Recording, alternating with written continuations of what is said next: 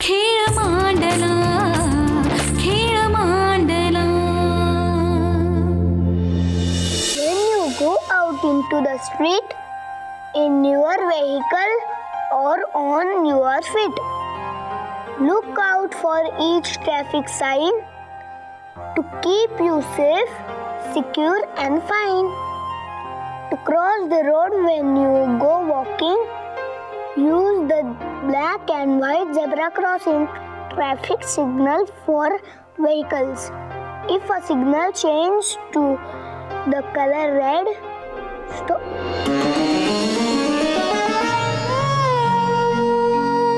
लेखाताई, बरं झालं तू आलीस. मी तुझीच वाट पाहत होतो. माझं एक काम होतं. नाही रे साईल, आता मला कोणचं बी काम नको सांगूस. माझं मन नाही आहे. का? परत तुला कुणी काय बोललं का?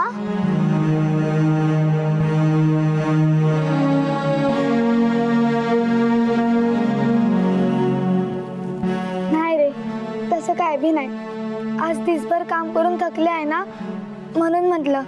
ए ताई, असं काय करतेस? सरांनी आम्हाला एका मोठ्या माणसाची गोष्ट सांगायला सांगितली. मी एडिसनची गोष्ट म्हणणार आहे.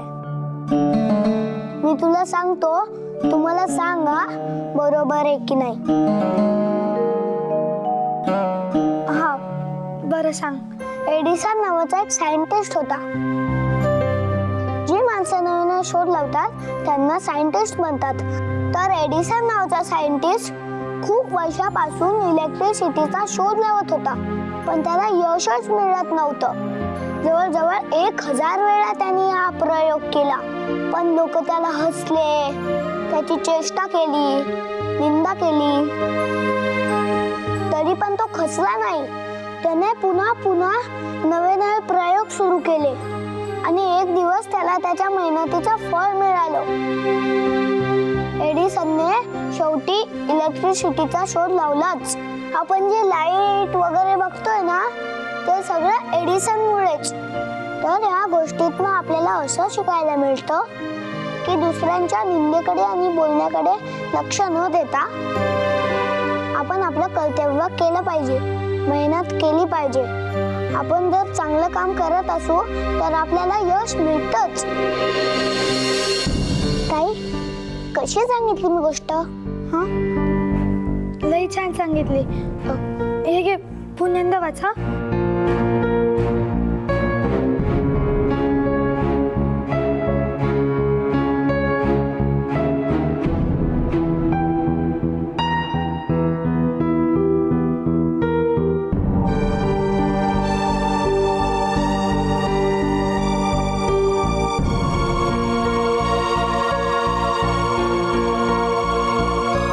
हिम्मत नाही हारणार. खूप कष्ट करीन, सगळ्यांची मनं जिंकेन. मला प्रयत्न केलाच पाहिजे. मला दादांची आणि अजित दादांची नाराजी दूर करायलाच हवी. माझ्यामुळे त्यांना काय बी त्रास नाही होऊ देणार मी. माझ्यावर त्यांनी जो विश्वास टाकलाय तो मी खरा करूनच दाखवणार.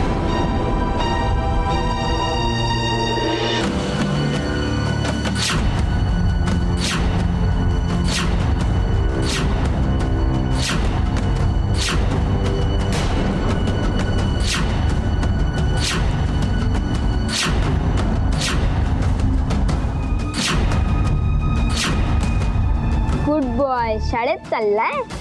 हो, शाळेत चला. कशासाठी बरं? शिकायला. आपल्या हातचा मार खायला. का रे बटाट्या, एवढे डोळे मोठे करून काय बघतोस?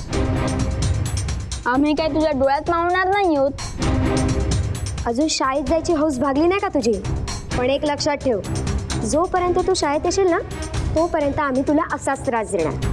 कशाला एवढा विनाकारण त्रास सहन करून घेतोस? शाळा बंद आणि शाळा सोड.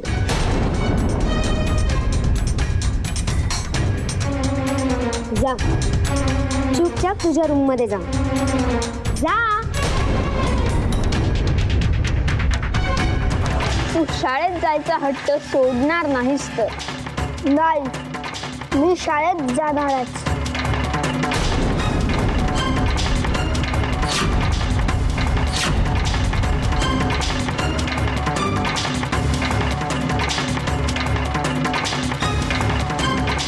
हे बघ, नीट विचार कर. अजून आम्ही तुला काहीच त्रास दिलेला नाहीये. जेव्हा आम्ही तुला त्रास द्यायला लागू ना, तेव्हा तू रडशील, घाबरशील, आमच्या पाया पडशील. पण तेव्हा आम्ही तुला माफ नाही करणार. कळलं ना? अजून वेळ गेलेली नाहीये, मागे फिर. तुम्हाला जे करायचं ते करा, पण मी शाळेत जायचं सोडणार नाही. असं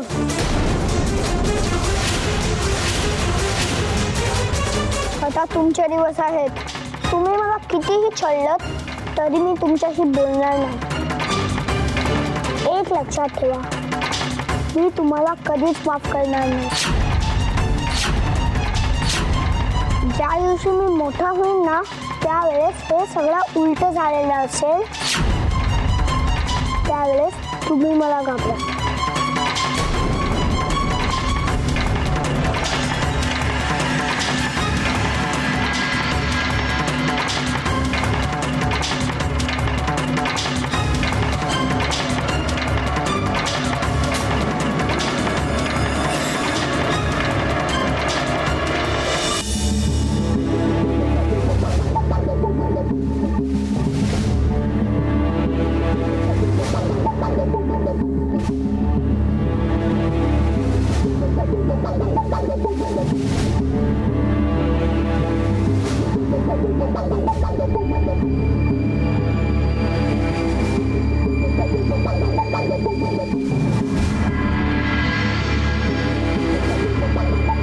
काय रे बरं, बाहेर चालला होतास ना? अगं हो, मी निघालो होतो ॲक्च्युली बाहेर. तिथे बाहेर जाता जाता अचानक मी सानिका, ओम आणि साहिलला एकमेकांशी काहीतरी बोलताना पाहिलं. म्हणजे त्यांच्यात नेमकं काय चाललं होतं ते मला आत्ता सांगता येणार नाही, पण जे काही चाललं होतं ते ज्या प्रकारे एकमेकांशी वागत होते ते वागणं मात्र मला खटकलं. त्यामुळे एक गोष्ट मात्र नक्की की there is something wrong between them. Not something, everything is wrong. म्हणजे साहिल त्यांच्या शाळेत जातो हे त्यांना आवडत नाही. अगं पण का? हे तू त्यांनाच विचार. साहिल आणि लेखा या घरात आल्यापासून ओम आणि सानिकाची वागणूक बदलली. ते सतत त्यांना त्रास देत असतात. नाही, पण लेखा आणि साहिलचा या दोघांना काय प्रॉब्लेम होतोय? माहीत नाही. त्यांचं असं म्हणणं आहे की लेखा आणि साहिल ही रस्त्यावरची पोरं आहेत आणि ह्या घरात नोकरा व्यतिरिक्त आणखी कुठलाही दर्जा त्यांना नाही. नोकर? अच्छा, म्हणजे अजूनही लेखा आणि साहिलला ते दोघं या घरातले नोकर समजतायत का? मला सांग सई, तू बोलली नाहीयेस का त्यांच्याशी याबद्दल? अरे त्यांच्याशी बोलून काहीच फायदा नाही. जेव्हा संधी मिळेल ना तेव्हा ओम आणि सानिका त्या लेखा आणि साहिलला खूप त्रास देतात, उलट सुलट बोलतात. हो, म्हणजे त्यांचं तिथे एकमेकांशी जे काही वागणं चाललं होतं ते पाहून मलाही तसंच वाटलं. मला तर वाटतं की साहिलला ते शाळेत सुद्धा त्रास देत असतात. पण मग हे त्यांनी किमान आपल्याशी बोलायला पाहिजे ना. ॲटलिस्ट लेखाशी तरी बोललाय का तो तसं काही? मला नाही वाटत. आणि साहिलच्या ह्याच वागण्याचा गैरफायदा ही मुलं घेतात. ठीक आहे, मग एकदा ओम आणि सानिकाशी मी या बाबतीत बोलतो. तू ओम आणि सानिकाशी बोलू नकोस. तुला बोलायचंच असेल ना तर मृदुला आत्या किंवा आईंशी बोल.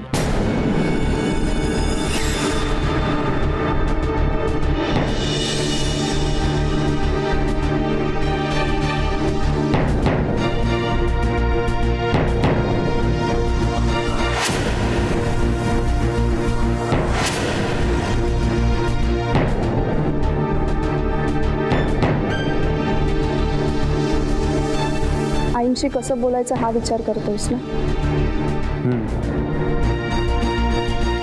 पण वरून साहिलच्या भविष्यासाठी आईंशी बोलायलाच लागेल. नाही तर साहिल त्याचं बालपण गमवून बसेल.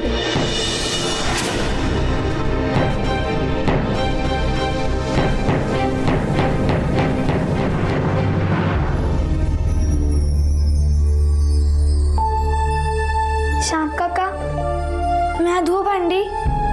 नाही नको. तुम्ही बी माझ्यावर रागवला आहेत का? तसं नाही ग, तू मला टोमॅटो चिरून दे. हा.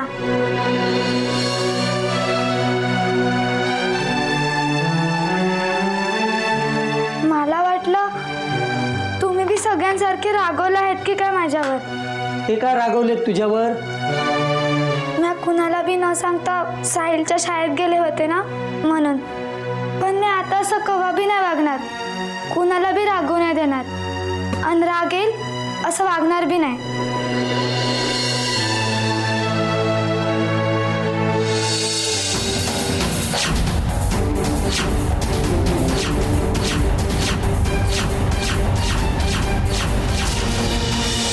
तुला दुसऱ्याच्या रागाची बरीच चिंता आहे ग, पण मी काय सांगितलंय त्याची पर्वा नाही. मी तुला काय सांगितलं होतं? किचन मध्ये यायच्या आधी माझी परवानगी घ्यायची सांगितलं होतं की नाही? मग माझ्या परवानगीशिवाय तू किचन मध्ये आलीसच कशी?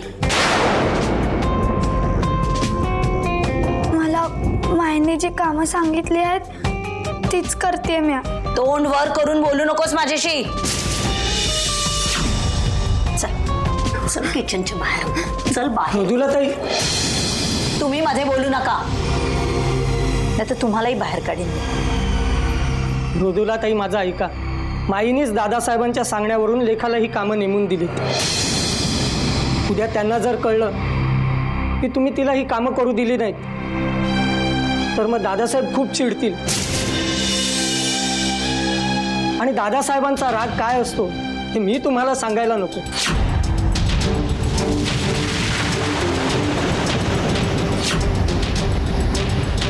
श्याम काका, ही लेखा घरात आल्यापासून तुम्ही जरा जास्तच बोलायला लागलाय.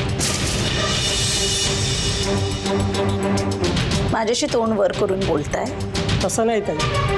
अहो मी काय तुमच्याशी तोंड वर करून बोलणार? माझी काय हिंमत होणार? मी जे होतं ते सांगितलं. ताई, तुम्ही माई आणि दादांशी बोलून हिला बाहेर काढा, एवढंच माझं म्हणणं होतं.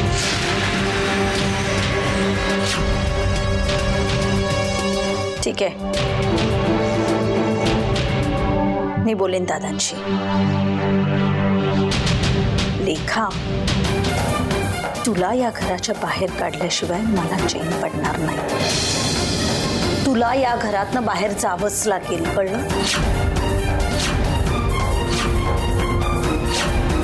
दादासाहेब आणि माई आहेत तोवर तुला या घरातून कोणी घालू शकणार नाही. हा, आता इथं राहायचं तर तुला त्रास हा सहन करावा लागणारच. नाही श्याम काका, आता मला या त्रासाचं काय बी नाही वाटत. मी माझ्या मनाची तयारी करून घेतली आहे. साहिलला घडवण्यासाठी, त्याला मोठा माणूस बनलेलं बघण्यासाठी मी कोणता बी त्रास सोसायला तयार आहे.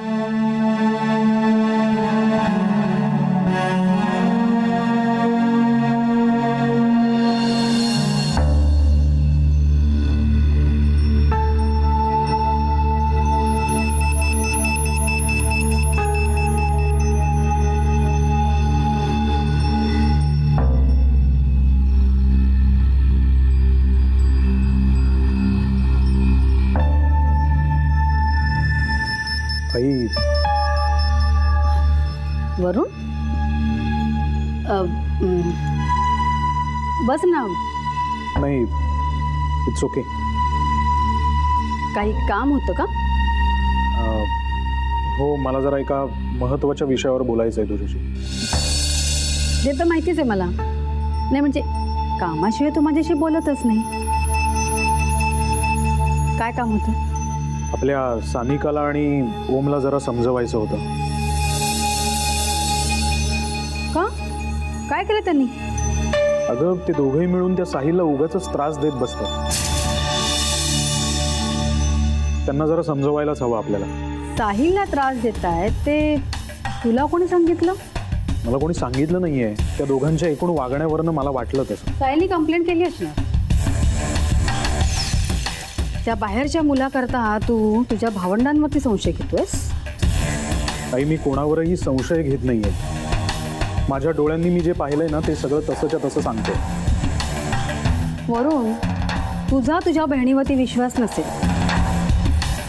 पण माझा माझ्या मुलीवरती पूर्ण विश्वास आहे.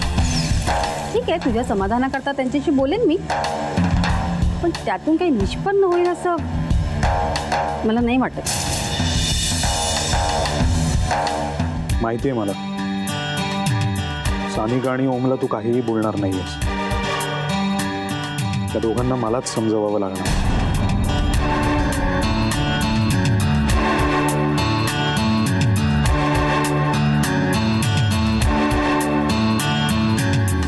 अजून काही बोलायचं? काही नाही. ठीक आहे तर मग येतो मी.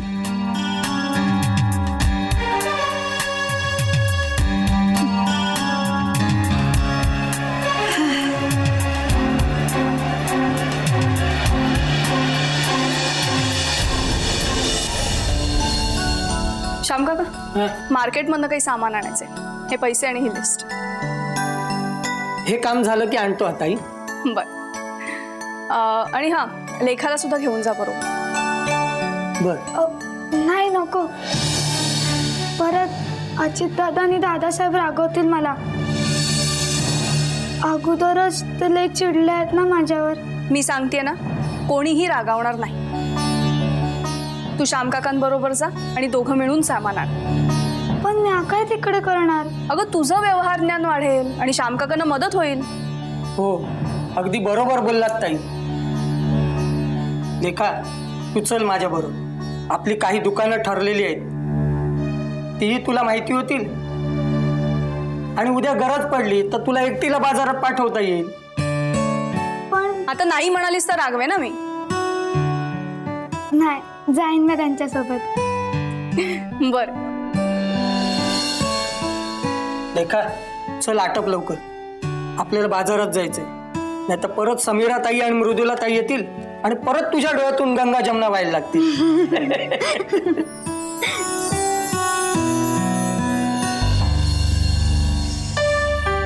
अरे देवा, काय सगळा पसारा करून ठेवलाय.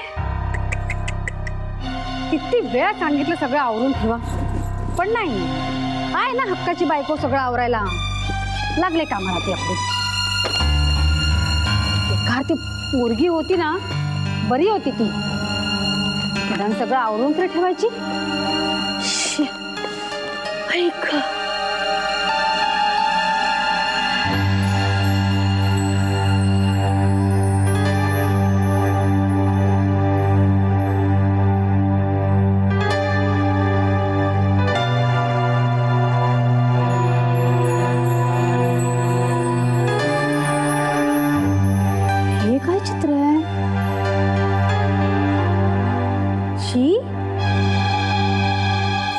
फुकट काहीतरी फराटे मारून.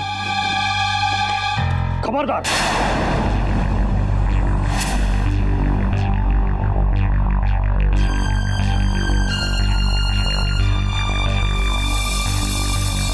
काय झालं? खबरदार, याला हात लावला असता. कोणी तुला हात लावायला सांगितलं?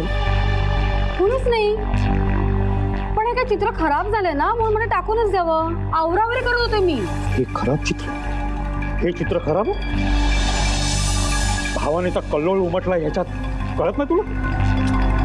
काहीतरीच काय बोलताय? हे काय चित्र आहे का? लहान मुलाने मारलेले फर्राटे वाटतायत ते. ज्यातलं आपल्याला कळत नाही ना त्यात फार बोलू नये. माझ्या दृष्टीने खूप विशेष चित्र आहे ते. ह्यात मलाच काय, कोणालाच कळणार नाही काय विशेष आहे ते. त्याच्यासाठी कलाकाराची दृष्टी असावी लागते. लेखाने भावनेच्या आवेगात काढलेलं चित्र आहे ते. बघ बघ, हे स्ट्रोक्स बघ. हो, आत्ता माझ्या लक्षात आलं की तुम्ही ह्या चित्राची एवढी तरफदारी का करत होतात. हे चित्र लेखाने काढले ना, म्हणून ते विशेष आहे. नाही, मूर्खासारखं बोलू नकोस. जरी हे लेखाने काढलं नसतं आणि इतरांनी कोणी काढलं असतं ना, तरी मला ते तेवढंच आवडलं असतं. समजते मला. नाही समजत आहे तुला? लेखा खूप मोठी चित्रकार होणार. फक्त तिला थोडं ट्रेनिंग द्यायला पाहिजे बस. बस कर आता लेखा पुराण हो. ती हवं तेव्हा कुठेही निघून जाते, हवं तेव्हा तुमचं चित्र खराब करते, तरीही ती चांगली. वा, ती एक दिवशी तुमच्या प्रदर्शनाची वाट लावेल ना, तेव्हा कळेल तुम्हाला. नाही म्हणजे मला वाटलं होतं की काल एक ठेस लागल्यावरती तुम्ही शाणे व्हाल, पण नाही, तुम्ही की नाही तिने मोठे दिवे लावायची वाट बघता. हा, तसं म्हणजे काय आहे, तुम्हाला सरनाईकांना सवयच आहे हो, ते हलक्या लोकांना डोक्यात घेऊन नाचायची. मी कारणाशिवाय तिला डोक्यावर घेऊन नाचत नाहीये. नाही समजणार तुला. त्यासाठी ना आर्टिस्ट व्हावं लागतं, आणि ती क्वालिटी तुझ्यात नाहीये. नसतं ते माझ्यात क्वालिटी, आणि असती तरी काय झालं असतं. हे असे असले घरामध्ये बसून नुसती चित्र काढली असती, त्याचा कुठेही काही फायदा नाही. समीरा, काय चुकीचं बोलले मी? नाही, आता तुम्ही आर्टिस्ट आहात की नाही? हां, आर्टिस्ट आहात ना, मग तुमचं कुठे नाव मोठं झालं नाही? काही पैसे मिळाले नाही? आणि हातामध्ये काय आलं तर फक्त हे असले ब्रश ज्याचा उपयोग शून्य. नाही म्हणजे दादासाहेबांचे चिरंजीव आहात ना, म्हणून. बास समीरा, बास. याद राख, आता एक शब्द जरी बोललीस तर.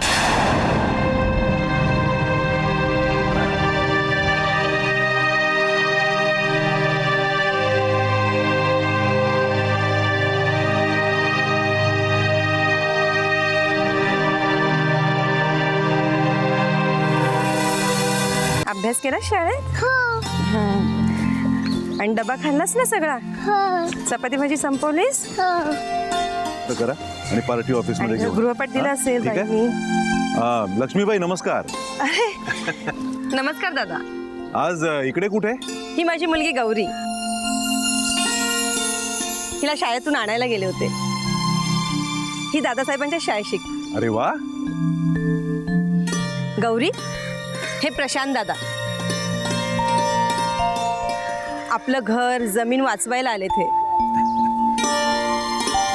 खरं म्हणजे तुमची जमीन आणि तुमचं घर तुम्हीच सगळे वाचवणार आहात. मी नुसती मदत करायला आलोय. तुम्ही सगळ्या गावकऱ्यांनी मिळून जर प्राणाची बाजी लावलीत ना लक्ष्मीबाई, तर सरकार तुमचं काहीही वाकडं करू शकणार नाही. अहो, पण आंदोलन चालवण्यासाठी नेतृत्वाची गरज असते, आणि आम्हाला तुमच्या रूपाने ते मिळालंय. गौरी आपल्या या बोलण्यामुळे बोर झाली असेल, हो ना गौरी? नाही? बर, आम्हाला तुझ्या शाळेतल्या काही गमती जमती सांगतेस? कसली गमती जमती, काहीच मजा येत ना शाळेत. मजा येत नाही का? तुला मित्र नाही आहेत? आहे. काय नाव तुझ्या मित्रांचं? साहिल. साहिल?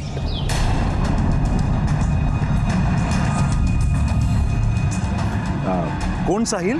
नवीनच आला तो आमच्या शाळेत, माझ्याच वर्गात ते. त्याला बहीण आहे का ग? हो हो आहे की, आणि एक भाऊ पण आहे. भाऊ आहे? हो, त्याचे मोठे भावंडही आमच्याच शाळेत आहेत. पण ते खूप वाईट आहेत आणि त्याला खूप त्रास देतात ते. बरं, हे सगळं आपण आता घरी जाऊन बोलूया का? ओके, बाय बाय, भेटूया. हा, अच्छा, येते.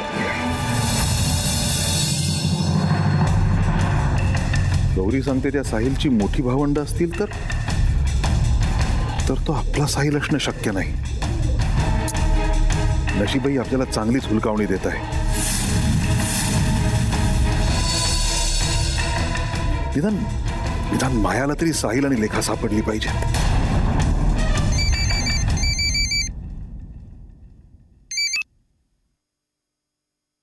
हा, बोल माया. प्रशांत, तुमचं हे आंदोलन कधी संपणार आहे?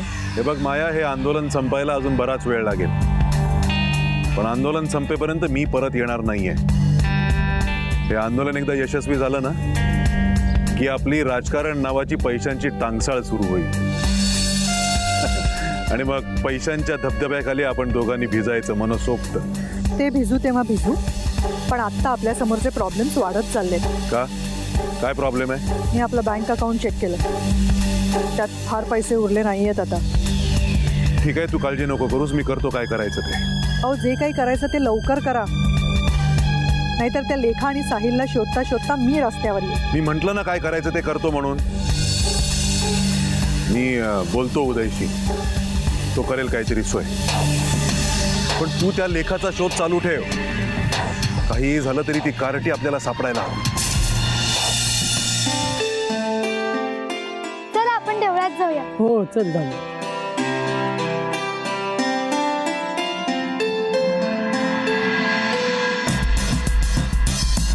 प्रशांत, मला वाटतं आता आपण नाशिक सोडूया. मूर्खासारखं काहीतरी बोलू नकोस माया. लेखा आणि साहिल दोघंही आपल्याला नाशिकमध्येच सापडतील. अहो अख्खं शहर चाळून काढलंय आपण, आता आणखी कुठे शोधायचं बाकी आहे? मला असं वाटायला लागलंय माया की ती दोन्ही पोरटी ना आपल्या आसपासच कुठेतरी असणार नाशिकमध्ये. फक्त ती आपल्या समोर येत नाहीत, आपल्याला दिसत नाहीये. घ्या घ्या घ्या, शर्टाचं कापड घ्या, 100 रुपये 100 रुपये 100 रुपये घ्या. शर्टाचं कापड घ्या, 100 रुपये.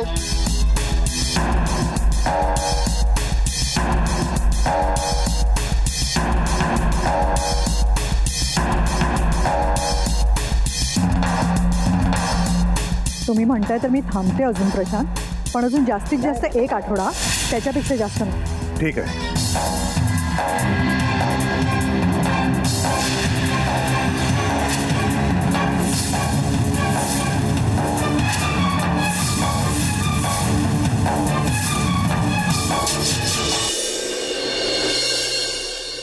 लेखा खा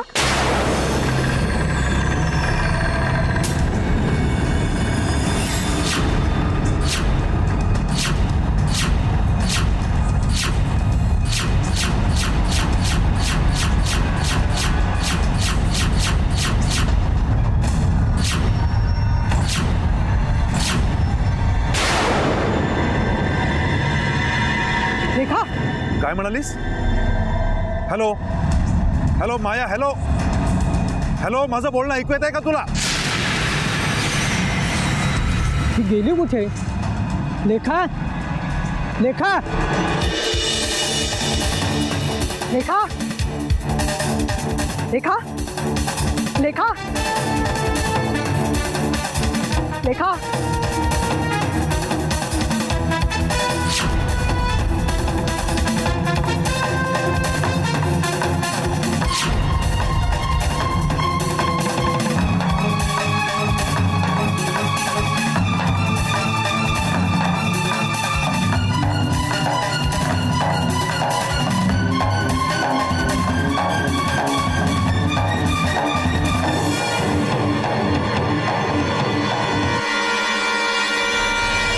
हॅलो हॅलो हॅलो माया, हा बोल.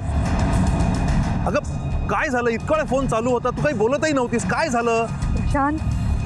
प्रशांत, लेखा सापडली आहे. काय? कुठे आहे लेखा? सापडली म्हणजे मला दिसली होती. तिनेही मला पाहिलं पण ती पळाली. मी तिचा पाठलाग केला पण कुठे गेली कुणास ठाऊक. काय? तुला कळतंय का तू काय म्हणतेस ते? प्रशांत, एक शब्दही बोलू नकोस. तुझ्या मूर्खपणामुळे ती मुलगी पळाली. हो नाही, मी खरंच तिला पकडण्याचा प्रयत्न केला होता, पण तुम्ही चिडू नका प्लीज. ओके ओके, मी नाही रागवत, पण तुझ्या एक गोष्ट लक्षात येते का माया, की लेखा आणि साहिल नाशिकमध्येच आहेत, तुझ्या आसपासच कुठेतरी आहेत. हे बघ, आता काही झालं ना तरी तू नाशिक सोडायचं नाही. अख्खा एरिया चाळून काढ. ती मुलं सापडलीच पाहिजेत. हो, आता तुम्ही काळजीच करू नका प्रशांत. ती मुलं नाशिकमध्येच आहेत हे तरी आपल्याला नक्की कळलं. आता ती कुठेही जाऊ शकणार नाही. आपण त्यांना शोधून काढूच या.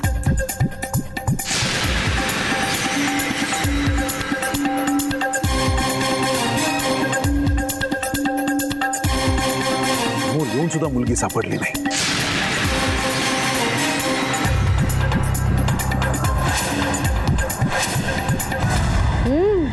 मग नक्की नाच ठरलं तर मग, पण उशीर करू नको नेहमीसारखा. हां, आता तू आपली नेहमीच लेट कमर. हो हो हो, भरपूर मज्जा करूया आपण. घरचं कसं टेन्शन घ्यायचं. आई, आई, ए चल मी फोन ठेवते का. हां, काय रे? अगं खूप धम्माल आली आजच्या आहेत. ए ओम सांग ना. हो, त्या साहिलची आज आम्ही कंप्लीट वाट लावून टाकली. काय केलं तरी का तुम्ही एवढं? मी ना त्या साहिलच्या बेंचवर च्युइंगम चिटकून ठेवलं आणि त्या येड्याचं काही लक्षच गेलं नाही. तो तसाच बसला आणि ती च्युइंगम त्याच्या पॅन्टला चिटकून बसलं ना. मग आम्ही सगळे इतके हसत होतो ना. अगं ते तर काहीच नाही, आम्ही तर त्याच्या पाठीमागे ना कागद चिकटवला होता आणि त्यावर ना डॉंकीचं चित्र काढलं होतं आणि हे पण लिहिलं होतं, आय एम अ डॉंकी. सगळे हसत होते ना त्याच्यावर, पण त्याचं काही लक्ष गेलं नाही. शेवटी त्या गौरीनेच काढलं, तेव्हा कुठे त्याच्या लक्षात आलं. तू साहिल येडाच आहे, काय कळतच नाही त्याला.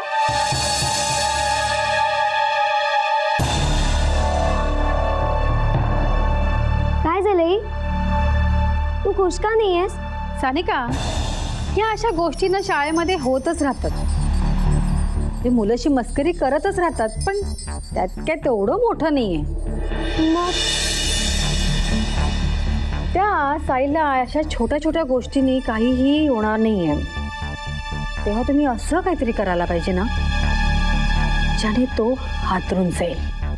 म्हणजे नक्की काय? म्हणजे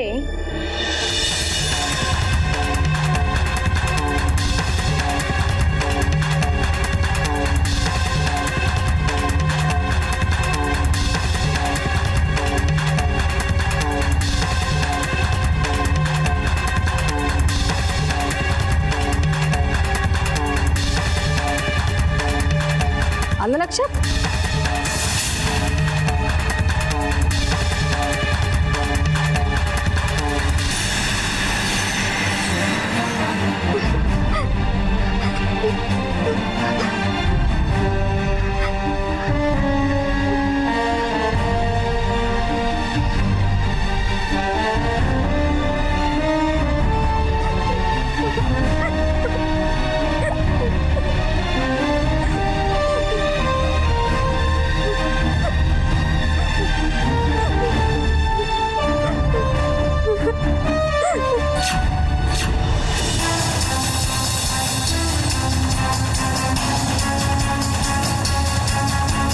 मग एवढी का घाबरलीस तू?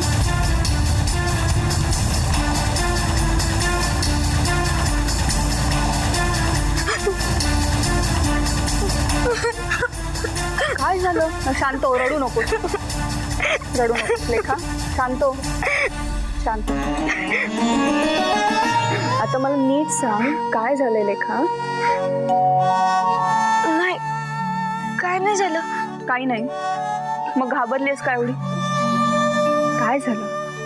नाही, खरं काय बी नाही झालंय.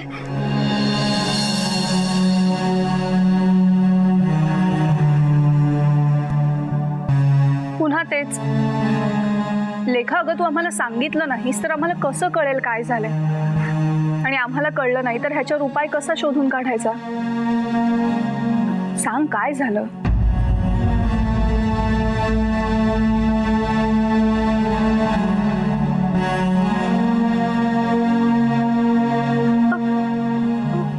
खरंच सांगते, काय बी नाही झालं. मला ते आयाबाईची आठवण आली ना, म्हणून मी रडत होते. नक्की खरं सांगतेस? वय. बर, रडू नको, शांत. मी निघू मग?